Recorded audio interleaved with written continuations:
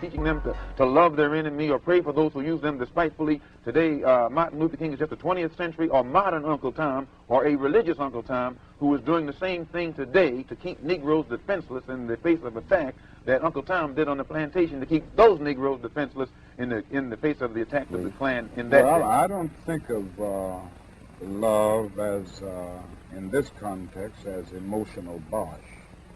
I don't think of it as a weak force.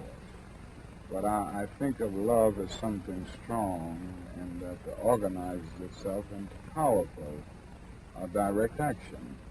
Now, this is what I try to teach in the struggle in the South, that we are not engaged in a struggle that means we sit down and do nothing. That there's a great deal of difference between non-resistance to evil and non-violent resistance. Non-resistance leaves you in a state of stagnant passivity and deadened complacency, wherein non-violent resistance means that you do resist in a very strong and determined manner. And I think some of the criticisms of nonviolence, or some of the critics, fail to realize that we are talking about something very strong, and they confuse non-resistance with nonviolence. The goal of Dr. Martin Luther King is to give Negroes a chance to sit in a segregated restaurant beside the same white man who had brutalized them for 400 years. The goal of Dr. Martin Luther King is to get Negroes to forgive the people who have brutalized them for 400 years by lulling them to sleep and making them forgetting what those whites have done to them. But the masses of black people in America today don't go for what Martin Luther King is putting down. As you said in one of your articles, it's psychologically insecure, or something of that sort. I forget how you put it. But you didn't endorse what Martin Luther King was doing yourself. I do not reject his goals of full integration and full equality rights for American citizens. Do you reject these goals? If you don't think that he's walking on the right road, I'm quite sure you don't agree that he'll get to the right place.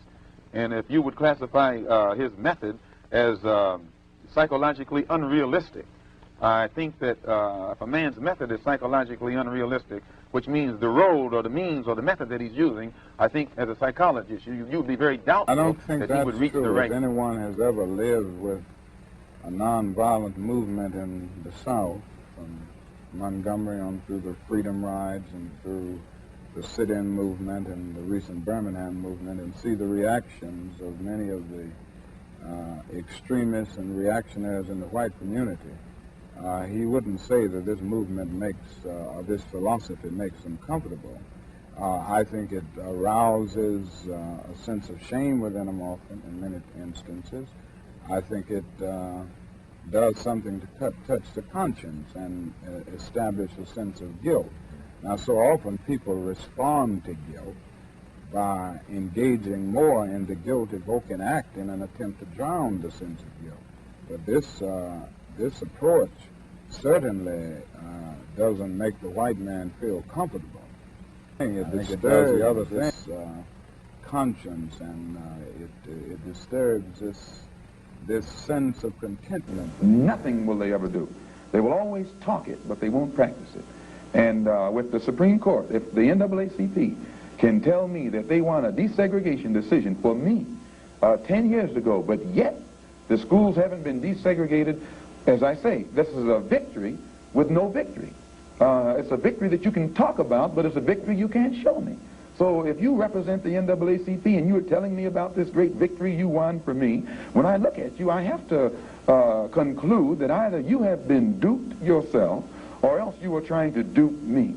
And in most instances where the civil rights struggle is involved, there is no civil rights leader can point to me one concrete gain, practical gain, that black people have made in the civil rights field in this country, not only during the past 10 years, but during the past 100 years. I don't think there's any real organization to the riots. I think they grow out of the conditions that I've mentioned all along. And as long as these intolerable conditions are there, as long as the Negro finds himself living every day in a major depression, then every city will sit on a powder keg and can explode over the slightest incident. I feel that killing is a very tragic way to deal with any social problem. There is no violent solution to the problem that the Negro confronts in this country, and this is why I have constantly said that riots are socially destructive and self-defeating. After all, the Negro ends up on the losing end. We can't win a violent revolution. Most of the persons killed in riots are Negroes themselves.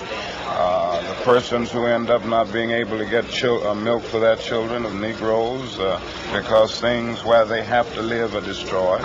So there's no practical or moral answer in the realm of violence to the Negro's problem. But I do understand the sociological, the psychological, and the economic reasons. The problem can be solved. First, the white man and the black man have to be able to sit down at the same table.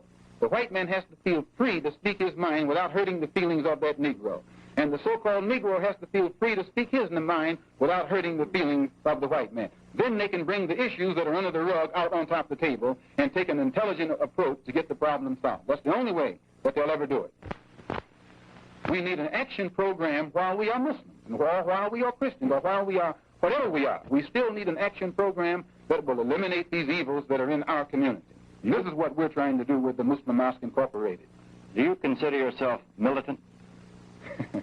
I consider myself Malcom. Well, I think we have to agree that this appears to be the result of an internal conflict within the black nationalist movement. So I think the first thing that needs to be done is for a conference of goodwill to take place between black nationalist leaders. This was why I suggested a few days ago that the followers of the late Malcolm X and the followers of Elijah Muhammad should sit down at the peace table together, so to speak, and discuss this problem and try to reach some understanding. I don't think, and I'm sure, that nothing can be accomplished by violence. It only leads to new and more complex social problems. I think it is unfortunate for the black nationalist movement. I think it is unfortunate for the health of our nation. I may not get there with you, but I want you to know tonight that we as a people will get to the promised land. Yeah, yeah, yeah, yeah, yeah, yeah, yeah, yeah, yeah, yeah. I said the Lord is my shepherd, I shall not want. Yeah. He maketh me to lie down in the green pastures. He leadeth me beside the still waters. Yes, He restores my soul. Yeah. He restores my soul, yes, yeah. For He leadeth me in the path of righteousness. For His name's sake, yeah, though I walk through the valley of shadow of death, I will fear no evil, for Thou art with me. Thy rod and the staff, they comfort me. Thou preparest a table before me in the presence of mine enemies, yes. Thou anointest my head with oil, my cup shall runneth over, yes. Oh yes, my cup will runneth over. Oh yes, my cup is runneth over. Yes, so surely goodness and mercy shall follow me all the days of my life, and I will dwell in the house of the Lord forever.